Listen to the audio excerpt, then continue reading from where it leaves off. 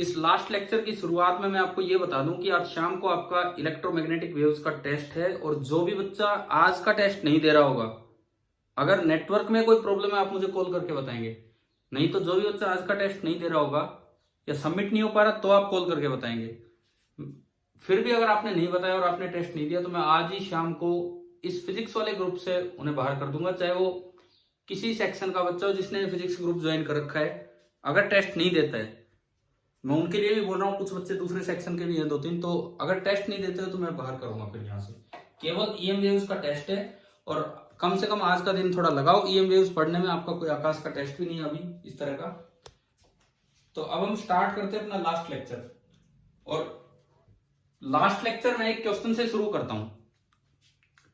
मेरा सवाल आपसे ये है कि ये क्वेश्चन आ जाए कि विच equation along with the four Maxwell equation, which equation along with the four Maxwell equation is sufficient to describe the complete electromagnetism?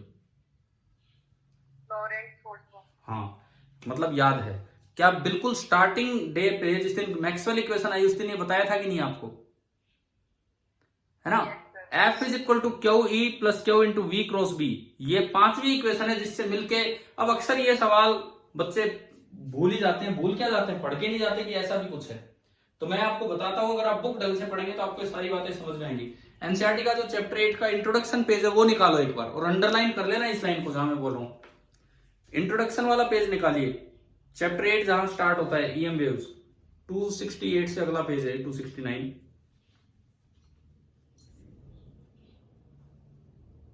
निकाल लिया ना आपने? ठीक है।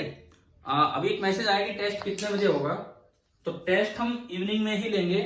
तो टेस्ट का टाइम आप बताएं कितने बजे का रख दें? 5 बजे का रख दें? कितना, कितने बजे का? 5 बजे सही है। 5 बजे कोई काम है तो गर्वित कितने का बोल रहे हो? 6 बजे का? Yes sir. चलो 6 का कर दो, बात एक ही है। मैं आपको ना सुनो, मैं आपको प्रॉपर उसमें 2 घंटे दूंगा। मैं 2 घंटे दूंगा, आप उसमें से अपना टाइम निकाल के 1 आवर उसमें से निकाल के मैं आपको टाइम दे रहा हूं 5 से 7। मैं 5 बजे आपके ग्रुप पे लिंक भेज दूंगा। 5 से 7 2 घंटे का टाइम है। आप पूरे 2 घंटे मत लेना, कभी लगे रहो उसमें। 2 घंटा इसलिए, कोई बच्चा 5 बजे स्टार्ट करेगा वो 6 बजे तक अपना कर ले, कोई 6 बजे स्टार्ट करेगा 7 बजे तक कर ले, कोई बीच में स्टार्ट करता है तो 1 घंटा जोड़ ले, क्योंकि कई बार नेटवर्क नहीं आता, कई बार कुछ और है। तो मैं 2 घंटे के मतलब आप जी कभी स्टार्ट करो, मुझे चाहिए कि आप 7 बजे तक अपना सबमिशन कर देना। ठीक है? ठीक है। नंबर ऑफ क्वेश्चंस 30 तो होंगे ही होंगे, और अगर मुझे टाइम मिला पूरा पेपर कितना बन पाएगा वो भी तो डिपेंड करता है, अभी बनाया नहीं है। 30 तो हो गए होंगे, और आपका 45 क्वेश्चंस का आता है, तो अगर 45 हो पाए तो हम 45 भी कर देंगे उसमें, लेकिन केवल ईएम वेव्स और ढंग से देना है। ठीक है ना? नहीं तो फिर आज शाम को आप देखना कितने लोग उस ग्रुप में से बाहर हो ही रहे होंगे। चलिए देखिए, अब सुने, आगे सुने। चैप्टर की जो इंट्रोडक्शन वाला पेज है उस पर आप आए और सेकंड पैराग्राफ पढ़िए। मैं पढ़ता हूं, आप देखिए second paragraph. Maxwell formulated a set of equations involving electric and magnetic fields and their sources, the charge and current density. Maxwell ने तो वो 4 इक्वेशन बना दी, औरों की इक्वेशंस को इकट्ठा कर दिया। These equations are known as Maxwell equation. हमने पढ़ ली वो चारों इक्वेशन, शायद याद बतानी चाहिए आपको। उसके बाद सुने, together with the Lorentz force formula, together with the Lorentz force formula, they mathematically express all the basic laws of electromagnetism. तो क्या एनसीईआरटी ने भी ये बात बता रखी है कि नहीं? समझ में आ गया? ये यूं आ जाए ना क्वेश्चन 1 के कि भाई मैक्सवेल इक्वेशंस के अलावा कौन सी इक्वेशन है जो पूरे इलेक्ट्रोमैग्नेटिज्म को एक्सप्लेन करने में काम आती है? ऑप्शन ओम्स लॉ, एक ऑप्शन हो गया। दूसरा ऑप्शन कोई भी और लॉ बोल दीजिए, गॉस लॉ तो खैर उसमें मैक्सवेल इक्वेशन में ही आ चुका होता है। एक आपका जो राइट आंसर है लोरेंट्ज फोर्स लॉ।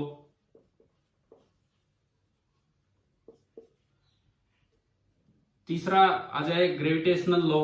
मतलब फिजिक्स के कोई भी 4 लॉ यहां पे लिखे हों तो उनमें से जो आंसर होगा ये होगा। शायद अब तो याद होगी ये बात, है ना? ठीक है। और इस लाइन को अंडरलाइन कर लो अपनी बुक में ताकि आपको ध्यान रह जाए कि together with the Lorentz force formula दे, मतलब Maxwell equation mathematically express this. चलिए ये तो हो गया। उसके बाद एक्सपेरिमेंटली किसने सबसे पहली बार ईएम वेव जनरेट करवाने का काम किया था? मैक्सवेल ने तो थ्योरी दी थी, मैक्सवेल ने ईएम वेव जनरेट नहीं की। आज एक फिनिशिंग क्लास में ये बचे हुए सारे पॉइंट्स पढ़ रहे होंगे। मैक्सवेल ने केवल थ्योरी दी थी, ईएम वेव जनरेट नहीं की। वो जनरेशन किसने किया था? हर्ट्ज ने। अब हर्ट्ज एक्सपेरिमेंट भी है, कई बुक्स में दिया भी होगा, हमें पढ़ने की कोई जरूरत नहीं है। यूं तो आप कितना ही पढ़ लो, मैंने कहा ईएमटी है पूरी, इलेक्ट्रोमैग्नेटिक थ्योरी ग्रेजुएशन में आती है। मैं जो 12th लेवल पे आपके काम आएगा वो चीजें आपको पढ़ा रहा हूं, ठीक है ना? तो उतना ही आप सीख के चले, नहीं तो बहुत बड़ा चैप्टर है, परंतु बहुत बड़े के चक्कर में ये काम की चीजें रह जाएंगी। तो मैक्सवेल ने थ्योरी दी, फर्स्ट टाइम एक्सपेरिमेंटली ये हर्ट्ज ने बना के दिखाई थी लैब में। देखो मैं आपको ये पढ़ाता हूं, आप अगले पेज पे चलो, नेक्स्ट पेज। नेक्स्ट पेज पे आपको ऊपर एक लाइन लिखी कि this led to the remarkable conclusion that light is an EM wave, वो हम पढ़ चुके। Maxwell's work thus unified the domain of electricity, magnetism and light. ये भी एक क्वेश्चन आता है, ये भी एक क्वेश्चन आता है कि किस साइंटिस्ट ने इलेक्ट्रिसिटी, मैग्नेटिज्म एंड लाइट को यूनिफाई किया? इलेक्ट्रिसिटी और मैग्नेटिज्म को यूनिफाई करने वाले तो और लोग हैं, ऑस्टेड, फेराड, एम्पियर, फेराडे और एम्पियर, वो सब तो पीछे गए। फेराडे, एम्पियर, ऑस्टेड, ये सब तो गए इसमें इलेक्ट्रिसिटी और मैग्नेटिज्म को लिंक करने में। लेकिन इलेक्ट्रिसिटी, मैग्नेटिज्म और लाइट, इन तीनों को यूनिफाई करवाने का काम किसने किया था? मैक्सवेल ने, क्योंकि मैक्सवेल ने ही बताया था कि लाइट एक ईएम वेव है, ठीक है। अब उसके बाद देखो हर्ट्ज इन 1885 में हर्ट्ज ने experimentally demonstrated the existence of EM waves. Hertz ने 1885 में एक्सपेरिमेंटली ईएम वेव जनरेट करके दिखाई थी। और उसके आगे बाद ये लिखता है कि मार्कोनी एक साइंटिस्ट थे जिन्होंने इसका टेक्निकल यूज फिर बताया था कि कैसे क्या होता है। असल में क्या हुआ था,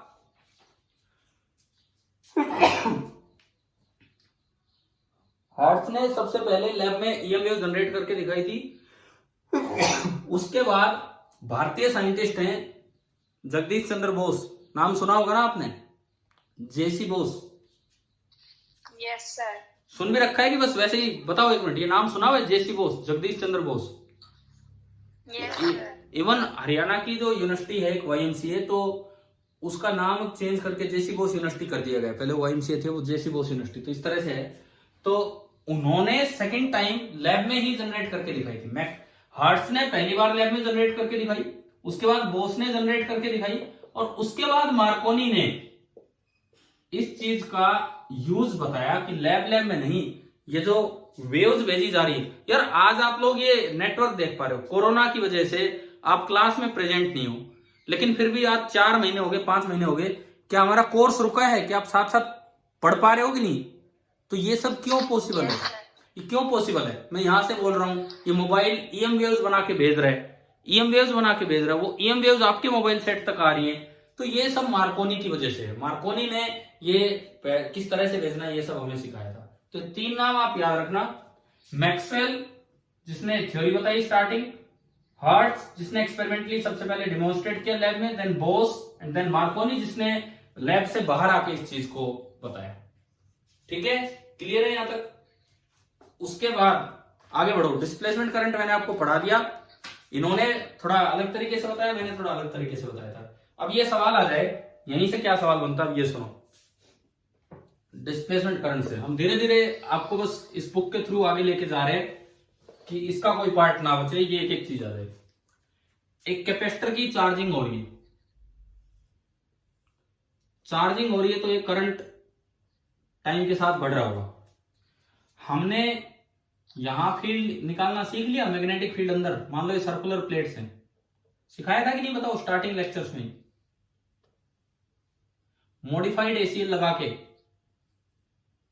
हाँ जी बोलो, क्या मॉडिफाइड एसीएल लगा के हमने अंदर और बाहर फील्ड निकालना सीख लिया है कि नहीं?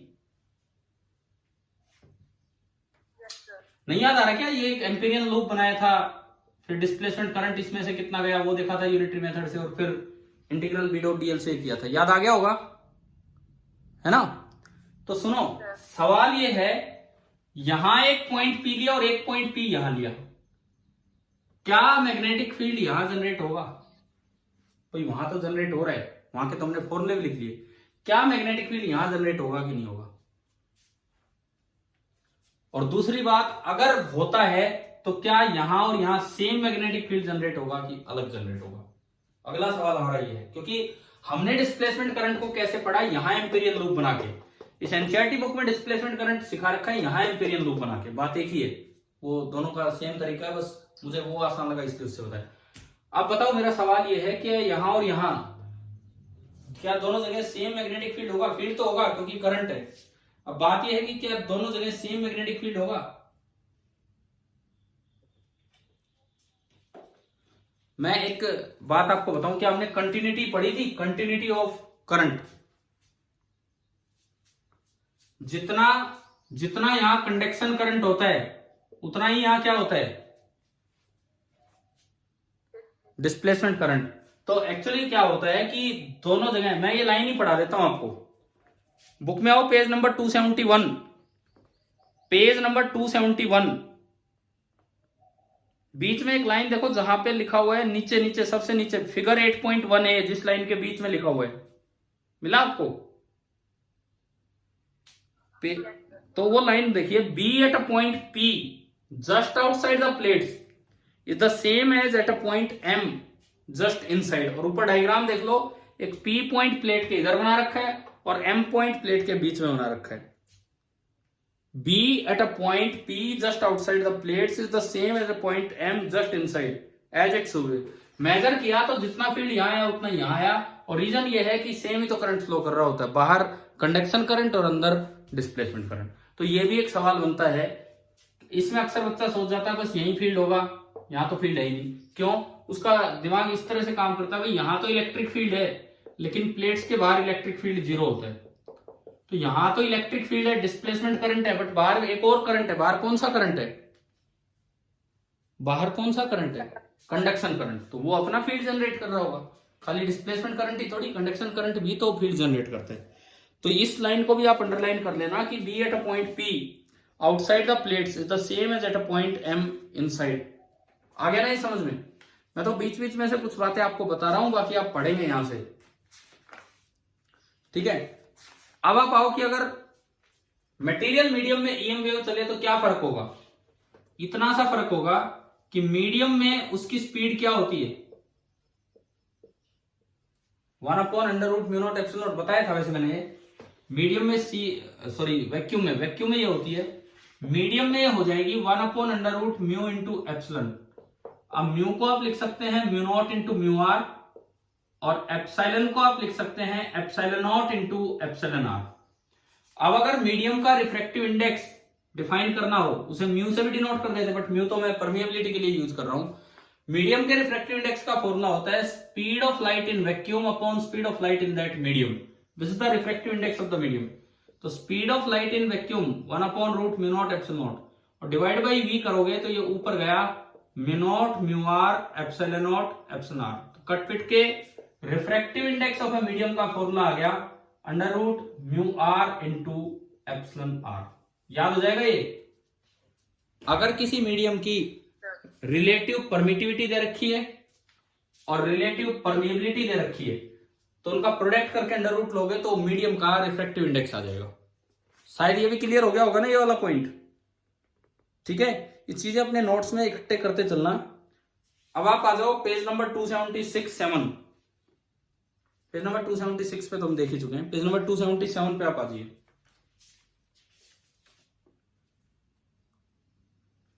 हाँ भाई, पहुंच गए हो ना आप?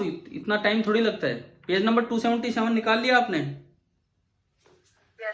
अब एक बड़ा इंपॉर्टेंट सा पैराग्राफ है, उसको समझते हैं हम। देखो, बुक साथ साथ चलवाने का पर्पज ये होता है कि आपको यूं ना लगे कि बहुत कहीं कहीं से मैटर निकाल के लाया जा रहा है, बल्कि आप जब खुद पढ़ना चाहें तो आपका मन करे आप भी वो मैटर निकाल सकते हो बुक से, कभी भी किसी भी चैप्टर में।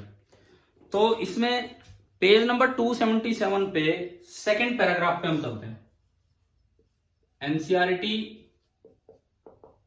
पेज नंबर 277, और हम चले उसके सेकंड पैराग्राफ पे। अब ये ध्यान से सीखो अब क्या है। Hertz not only showed the existence of EM waves but also demonstrated that the waves which has wavelength 10 million times that of light waves could be diffracted, refracted and polarized। अब ये पॉइंट तो गया अगले chapter में, क्योंकि diffraction हम optics में पढ़ेंगे, रिफ्रैक्शन हम ऑप्टिक्स में पढ़ेंगे और इवन पोलराइजेशन हम ऑप्टिक्स में पढ़ेंगे। तो आपसे पूछ लिया जाए कि क्या ईएम वेव्स में डिफ्रैक्शन होता है? डिफ्रैक्शन का मतलब होता है बेंडिंग ऑफ वेव्स, ये हम पढ़ेंगे आगे। क्या ईएम वेव में डिफ्रैक्शन होता है? बिल्कुल होता है। रिफ्रैक्शन होता है? बिल्कुल होता है। पोलराइजेशन होता है? ये भी बिल्कुल होता है। क्या ये पॉइंट आ गया समझ में यहां से? ठीक है, हर्ट्ज ने एक्सपेरिमेंटली बताई थी ये बात कि ना केवल लाइट वेव बल्कि उससे 10 मिलियन टाइम्स ज्यादा, 10⁻⁷ टाइम्स ज्यादा वेवलेंथ वाली वेव में भी ऐसा हो रहा है। Further he produced stationary electromagnetic waves and determine the wavelength by measuring the distance between two successive node. भाई ये एक बड़ा काम का चीज है, बड़ी काम की लाइन है ये, इसको पढ़े। हर्ट्ज ने एक बहुत इंपॉर्टेंट बात ये करके दिखाई कि उसने स्टेशनरी ईएम वेव बना के और इसकी वेवलेंथ मेजर करवा दी। अब ये सवाल आ जाए, स्टेशनरी वेव को हमने स्टैंडिंग वेव भी बोला है। +1 में वेव्स में ध्यान है आपको, स्टैंडिंग वेव्स पढ़ाई थी। बोलिए, स्टैंडिंग वेव्स टॉपिक याद है? वेव्स में हमने पढ़ा था। Yes, sir. टॉपिक एक बड़ा अच्छा टॉपिक है स्टैंडिंग वेव्स। अब हम दरअसल देखें कि क्या था वो स्टैंडिंग वेव्स, उसको देखते हैं। देखिए, तो इस एक लाइन से अब हम ये पढ़ रहे होंगे, एक बड़ा शानदार सा टॉपिक है standing waves in EM waves. Standing waves in EM radiations, और हर्ट्ज ने कैसे इससे वेवलेंथ मेजर की। स्टैंडिंग वेव्स कब जनरेट होती हैं? जब एक वेव सीधी जा रही है और सामने कोई रिफ्लेक्टर है और वहां से रिफ्लेक्ट होकर एक वेव वापस आ जाए। जब दो वेव्स एक ही मीडियम में अपोजिट डायरेक्शन में चलती है सेम एम्पलीट्यूड के साथ, तो स्टैंडिंग वेव्स बन जाती है। और उसमें कुछ पॉइंट्स ऐसे बन जाएंगे जो बिल्कुल ऑसिलेट नहीं करेंगे, उन्हें नोड्स बोल दिया जाएगा। और कुछ पॉइंट ऐसे बन जाएंगे जो मैक्सिमम एम्पलीट्यूड के साथ ऑसिलेट करेंगे, उन्हें क्या बोल दिया जाता है? Anti node. ठीक है, अगर आपको याद हो हमने ये पढ़ा था +1 में, एक ये वाली वेव है जो आगे जा रही है, उसकी इक्वेशन है y = a sin ωt - kx। एक ये वाली वेव है जो पीछे आ रही है और ये रिफ्लेक्ट होके आई, ये इंसिडेंट वेव है, ये रिफ्लेक्ट होके आई, और इसकी इक्वेशन भी है a sin ωt - kx। मान लो इसकी वेवलेंथ लैम्बडा है, सपोज इसकी भी वेवलेंथ लैम्बडा है। जब ये दोनों वेव्स आपस में मिलती हैं, इंसिडेंट और रिफ्लेक्टेड वेव जब आपस में मिलती हैं, तो स्टैंडिंग वेव्स बन जाती है। ये एक ट्रेवलिंग वेव है, ये भी एक ट्रेवलिंग वेव है। इन दोनों के मिलन से स्टैंडिंग वेव बनेगी, जिनकी इक्वेशन कुछ इस तरह होती थी 2a sin kx cos ωt। उन पे हम नहीं जा रहे, इक्वेशन पे मैं नहीं जा रहा। अब ये देखो कैसी ट्रेवलिंग वेव बनती थी, सॉरी कैसी स्टैंडिंग वेव। जो फिक्स पॉइंट होता था, वहां डिस्प्लेसमेंट का तो नोड बनता था। अब भाई मुझे याद नहीं आपको कितना ध्यान है, वेव डिस्प्लेसमेंट का नोड बनता था, और वहां प्रेशर का, अगर मैं स्ट्रिंग नहीं साउंड की बात करूं तो प्रेशर का बनता था एंटी नोड। कुछ थोड़ा याद आ रहा है क्या इस तरह का? डिस्प्लेसमेंट का नोड बनता था और प्रेशर का एंटी नोड बनता था। और फिर कुछ दूरी पे एक और ऐसा ही पॉइंट आता था, मैं डिस्प्लेसमेंट की बात कर लेता हूं, तो एक और नोड आ गया और एनर्जी उसके बीच में ऑसिलेट करती रहती थी। यही पार्ट कभी ऊपर जाएगा, जब ये पार्ट ऊपर जाता था तो इधर वाला पार्ट नीचे आता था, और ये अगला नोड, ये एनर्जी फिक्स हो जाती थी इस रीजन में। अब ये पार्ट नीचे आएगा और ये एनर्जी यहीं ऑसिलेट होती रहेगी यूं। ऐसे ये वाली एनर्जी ऑसिलेट होगी, और ये अपोजिट फेज में होते थे। जब ये ऊपर है तो ये नीचे। और इसकी खास बात क्या थी, अगर इस ट्रेवलिंग वेव की वेवलेंथ लैम्बडा है तो इस रिफ्लेक्टेड ट्रेवलिंग वेव की वेवलेंथ भी लैम्बडा होगी। तो जब ये फॉर्मेशन होती थी तो दो कंसेक्यूटिव नोड्स के बीच की दूरी कितनी होती थी? λ/2। ऐसे ही दो कंसेक्यूटिव एंटीनोड्स के बीच की दूरी कितनी होती थी? λ/2। और एक नोड और एक एंटीनोड के बीच की दूरी कितनी होती थी? λ/4। तो आप किसी भी वेव की वेवलेंथ मेजर करने का ये एक तरीका होता है कि आप उससे स्टैंडिंग वेव बनवा लो, दो नोड्स के बीच की दूरी मेजर कर लो, और दो नोड्स के बीच की दूरी λ/2 होगी, उससे लैम्डा निकाल लो, तो that is the wavelength of the travelling wave, जिसको आपने रिफ्लेक्ट करवा के स्टैंडिंग वेव बनाई। थोड़ा सा मैंने रिवाइज करवाया है +1 का, जब यूज करेंगे। क्या यहां तक आया क्या समझ में? हाँ भाई बोलो, समझ में आया? साउंड वेव में फिक्स पॉइंट पे डिस्प्लेसमेंट का नोड बनता था और प्रेशर का एंटी नोड बनता था। ठीक है, अब देखो, अब इस लाइन पे हम आते हैं। ये लिखता है further he produced stationary EM waves. Further he produced, इसको अंडरलाइन कर लेना भाई, इस लाइन को पेज नंबर 277 पे ये जो लाइन है इसको अंडरलाइन कर लो यहां। Further he produced stationary EM waves and determine the wavelength by measuring the distance between two successive nodes. तो अब हम ये सीखें एक बार, जब इसने दिया है एनसीईआरटी ने, तो हमें सीखना भी चाहिए कि कैसे तो स्टैंडिंग वेव बनी होंगी, क्या हुआ होगा। देखिए, रिफ्लेक्टर के तौर पे इसने एक परफेक्ट कंडक्टर का यूज किया था। इन्होंने क्या किया, रिफ्लेक्टर के तौर पे एक परफेक्ट कंडक्टर का यूज किया था। देखते हैं कैसी इसमें स्टैंडिंग वेव्स बनाई गई।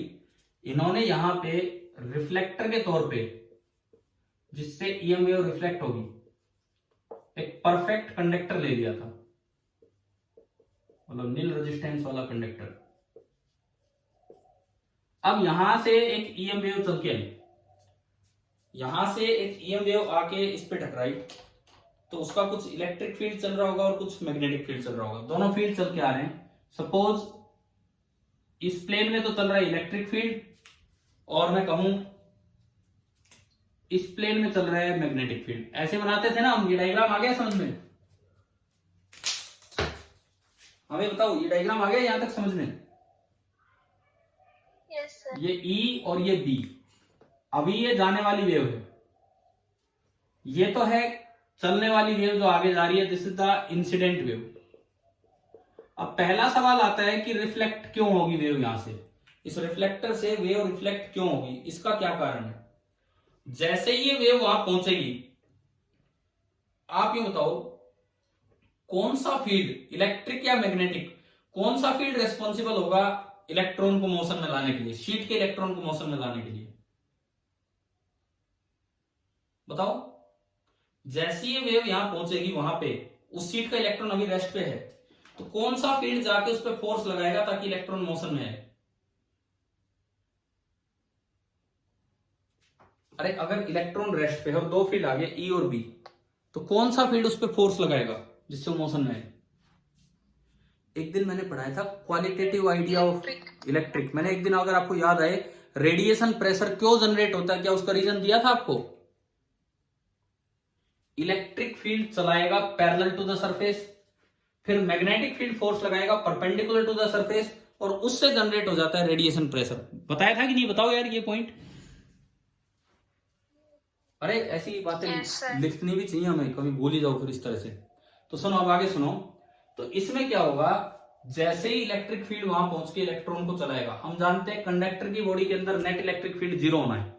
कंडक्टर की बॉडी के अंदर under electrostatic condition net electric field zero होना होता है। तो रिफ्लेक्टेड वेव इस तरह जनरेट होगी। पहली बात, क्यों जनरेट हुई? क्योंकि चार्ज मोशन में आ गया, इलेक्ट्रॉन मोशन में आ गया इसके इलेक्ट्रिक फील्ड की वजह से। जब इलेक्ट्रॉन मोशन में आ गया तो रिफ्लेक्टेड वेव, ईएम वेव फिर से एक जनरेट हो जाएगी। जब इलेक्ट्रॉन मोशन में आ गया तो चार्ज एक्सेलरेट कर रहा है तो ईएम वेव जनरेट हो जाएगी। लेकिन वो ईएम वेव इस तरह जनरेट होगी कि कंडक्टर की बॉडी के अंदर जो नेट इलेक्ट्रिक फील्ड हो वो बिल्कुल जीरो हो जाए।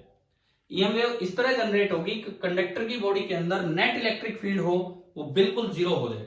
मतलब रिफ्लेक्टेड और इंसिडेंट वेव मिलके वहां इलेक्ट्रिक फील्ड जीरो करवा देंगे। तो बताओ उसकी सरफेस पे इलेक्ट्रिक फील्ड का नोड बनेगा कि इलेक्ट्रिक फील्ड का एंटी नोड बनेगा? बोलो बोलो। जब ये वेव्स मिलेंगी तो उसकी सरफेस पे इलेक्ट्रिक फील्ड का नोड बनेगा या इलेक्ट्रिक फील्ड का एंटी नोड बनेगा? बताइए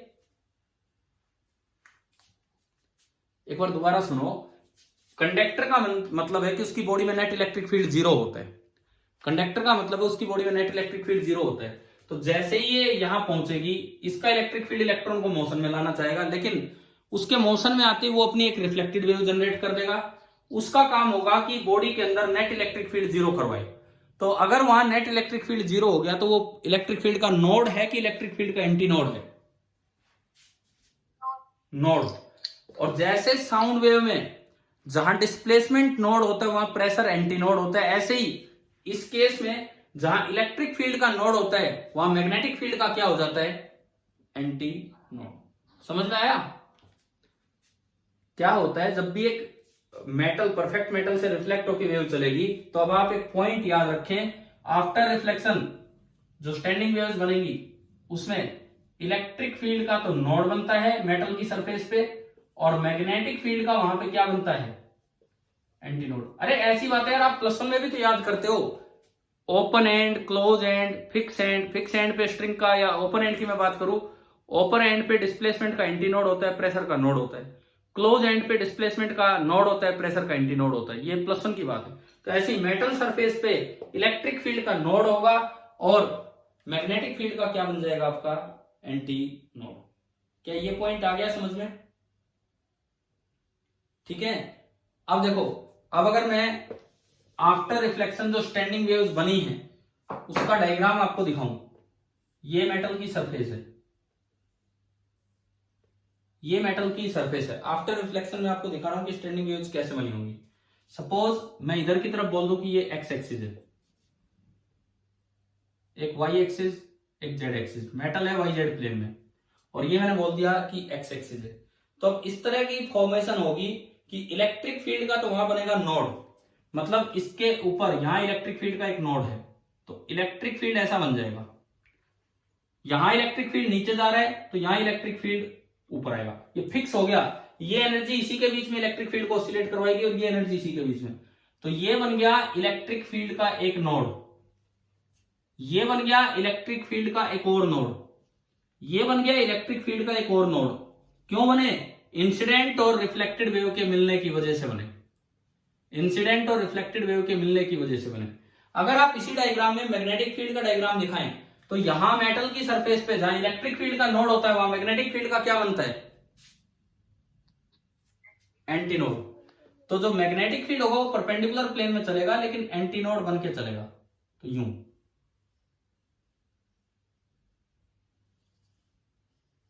आया क्या समझ में, क्या बनाया मैंने? देखो, जहां इलेक्ट्रिक फील्ड का नोड है वहां मैग्नेटिक फील्ड मैक्सिमम पीछे की तरफ जा रहा है, पीछे की तरफ। ये यहां इस लाइन पे नहीं, ये जेड एक्सिस पे जा रहा है पीछे की तरफ, यूं मैक्सिमम होके। फिर जहां पे मैग्नेटिक फील्ड का नोड हुआ वहां इलेक्ट्रिक फील्ड का एंटी नोड है। फिर जहां दोबारा से मैग्नेटिक फील्ड का एंटी नोड है वहां इलेक्ट्रिक फील्ड का नोड है। तो ये इस तरह चलते हैं। मैग्नेटिक फील्ड का ये एंटी नोड है मेटल सरफेस पे, और ये मैग्नेटिक फील्ड का नोड है। एक नोड और एंटी नोड के बीच की दूरी कितनी होती है, λ/4। इलेक्ट्रिक फील्ड का ये नोड है और ये नोड है, तो एक नोड और नोड के बीच की दूरी कितनी होती है, λ/2। अब बताओ यार, शायद बस ये डायग्राम तक, हमें इक्वेशंस पे नहीं जाना। क्या आपको ये डायग्राम तक की बात आ गई कि नहीं आई समझ में? हाँ जी बोले हो, ये डायग्राम क्लियर हुआ कि नहीं हुआ, आप बस इतना बता दीजिए। ठीक है। अब सुनो, अगर कहीं ये डायग्राम बना आ जाए तो आप उससे ट्रेवलिंग वेव की वेवलेंथ बता सकते हो। आपको या तो दो इलेक्ट्रिक फील्ड के नोड देखो या दो मैग्नेटिक फील्ड के नोड देखो, इन दोनों के बीच की दूरी होगी λ/2। वो यहाँ पे स्केल दिखा रखा होगा, वो मेजर किया, मान लो आपको दिखा रखा है कि ये 0 सेंटीमीटर है, सपोज कीजिए ये 5 सेंटीमीटर है, ये यूनिट नहीं दी, ये 0, ये 5, ये 10, ये 15।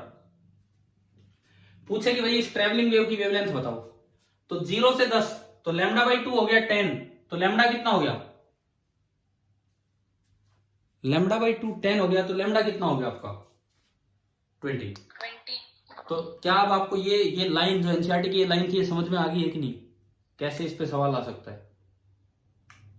ठीक है, बस इतनी बात याद रखें, जो मेटल सरफेस होता है रिफ्लेक्टर, वहां इलेक्ट्रिक फील्ड का क्या बनेगा, नोड, और मैग्नेटिक फील्ड का बनेगा एंटी नोड। जैसे कि क्लोज एंड पे, पाइप के क्लोज एंड पे डिस्प्लेसमेंट का नोड बनता था और प्रेशर का एंटी नोड बनता था, उसी तरह मेटल सरफेस पे इलेक्ट्रिक फील्ड का नोड बनेगा और डिस्प्लेसमेंट बी का एंटी नोड मैग्नेटिक फील्ड का। और इस तरीके से आपने लैम्डा मेजर किया। तो क्या आपको ये वाला पॉइंट क्लियर हो गया होगा ना? ठीक है, इसके बाद देखो, बस हम चैप्टर फिनिश ही कर रहे हैं, आखिरी टाइम ही चल रहा है इसका चैप्टर का। और आप ये एक्सरसाइज अपनी ट्राई कर लेना एक बार। इस पे आओ, एक्सरसाइज का 14th question, page number 287, page number 287 मिल गया एक्सरसाइज का 14th क्वेश्चन। 14 नहीं, सॉरी 13th क्वेश्चन। इसमें एक फॉर्मूला लिखा है लैम्डा एम इंटू टी। अभी +1 में हमने व्यांश डिस्प्लेसमेंट लॉ पढ़ा था। हाँ भाई, +1 क्लास में क्या ये पढ़ा था हमने Wien's displacement law, thermal properties of matter में? Yes sir. तो उसका ये फॉर्मूला है जो इन्होंने यहां लिख के दिया है। ये फॉर्मूला आपको ये बताता है कि आपने पूरे चैप्टर में ना लैम्डा की रेंज निकाल ली, आज ही याद किया, विजिबल 400 से 700 नैनोमीटर, तो उससे आप टेम्परेचर रेंज निकाल सकते हो कि जिस चीज से विजिबल लाइट बनी होगी उसका टेम्परेचर किस रेंज में होगा, यहां फॉर्मूले से। जिस चीज से इंफ्रारेड बनी होगी उसका टेम्परेचर किस रेंज में होगा। यानी कि ये फॉर्मूला आपको सोर्स का टेम्परेचर देता है। आपने लैम्डा निकाल लिया तो ये फॉर्मूला आपको सोर्स का टेम्परेचर देता है। और मैं आपको याद दिलाऊं, हमने इसी समय आपको बताया था कि आयरन रेड क्यों हो जाता है। इस फॉर्मूले की वजह से मैंने बताया था आयरन शुरू में गर्म रहता है, थोड़ी देर बाद वो रेड क्यों हो जाता है। लैम्डा इनवर्सली प्रोपोर्शनल है टी के, जितना टी बढ़ेगा लैम्डा उतना ही कम होगा। और आज आपने वो स्पेक्ट्रम पढ़ा तो lambda M into T is equal to B, lambda M into T is equal to B. अब यहां देखो आप, यहां से आता है lambda M is inversely proportional to temperature, और temperature is inversely proportional to lambda M, या frequency is directly proportional to T. आपको उससे दिखाया गया होगा एक कम का ग्राफ ऐसा अल्ट्रावायलेट कैटास्ट्रोफ टाइप, और एक ज्यादा वाला जो ऊपर जाता है। क्या +1 से याद आ रहा है ये पॉइंट इस तरह का? नहीं भी अगर याद आए तो आपकी कॉपी में नोट्स में होगा, एक बार वहां से रिवाइज कर सकते हो। तो ये फॉर्मूला बस यही है। अच्छा, आखिरी क्वेश्चन इसका अच्छा है, 15th क्वेश्चन। उसमें 4-5 थ्योरेटिकल बातें हैं, जैसे देखो बस हम फिनिश कर ही रहे हैं इसको। 15th question, long distance radio broadcast use short wave band, why? इसमें ये कम्युनिकेशन चैप्टर का क्वेश्चन है। आप इतना याद रखना कि long distance radio broadcast, not TV, radio broadcast अगर करना हो तो लॉन्ग डिस्टेंस में क्या होता है, ऊपर एक आइनोस्फीयर होता है। आइनोस्फीयर क्या करता है, उनको रिफ्लेक्ट करवा के और नीचे भेज देता है, तो वो वेव एक से दूसरे स्थान तक चली जाती है। ये रीजन होता है। उसके बाद ये लिखता है it is necessary to use satellite for TV transmission.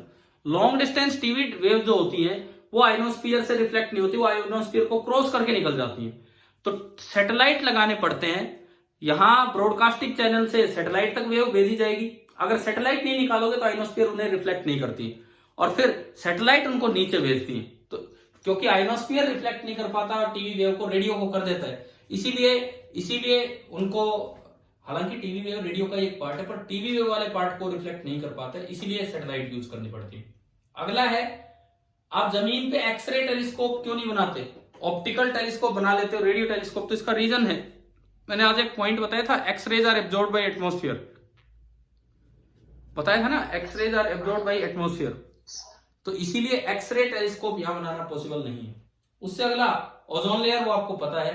उससे अगला यह मैंने करवा दिया कि अर्थ का अगर एटमॉस्फेयर नहीं हो तो टेम्परेचर कम हो जाएगा, और टेम्परेचर अगर कम हो गया तो उससे अगला सवाल है कि अगर परमाणु युद्ध हो जाए तो क्या होगा, तो गर्मी नहीं बल्कि सर्दी हो जाएगी, न्यूक्लियर विंटर हो जाएगा, सनलाइट आ ही नहीं पाएगी।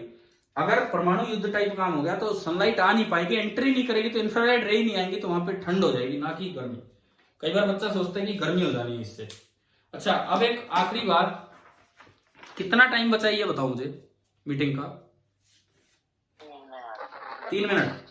तो आखिरी 3 मिनट हम एक तो ये बता दें, टेस्ट का टाइम आपका 5 से 7, 5 से 7 आपको जो सूटेबल लगे उसमें आप टेस्ट दीजिए। आप आधे घंटे में कर दे, क्योंकि आज टेस्ट ऐसा है कि न्यूमेरिकल कम होंगे, सीधे फटाफट टिक करेंगे।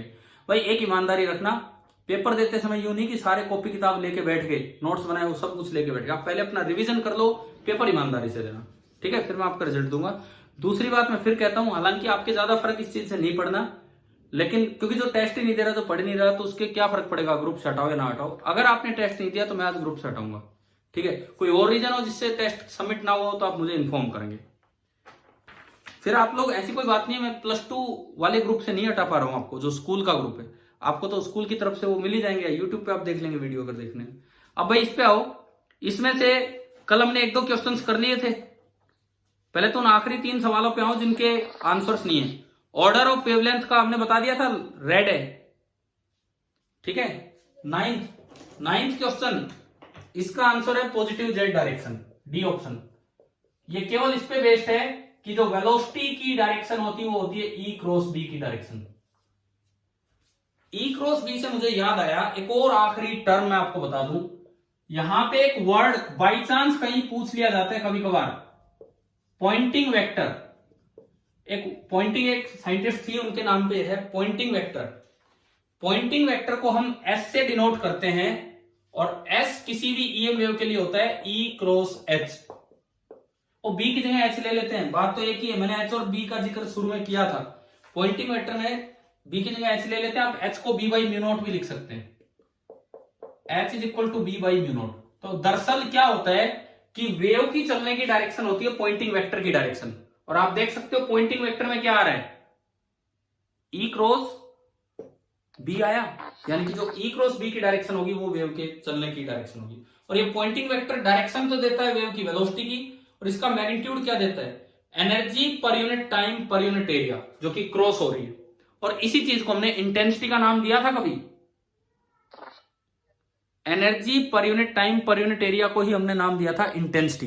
तो पॉइंटिंग वेक्टर का मैग्नीट्यूड तो देता है इंटेंसिटी, और पॉइंटिंग वेक्टर की जो डायरेक्शन होती है वो वेव के चलने की डायरेक्शन होती है। क्या ये नोट कर लोगे अपनी कॉपी में, पॉइंटिंग वेक्टर?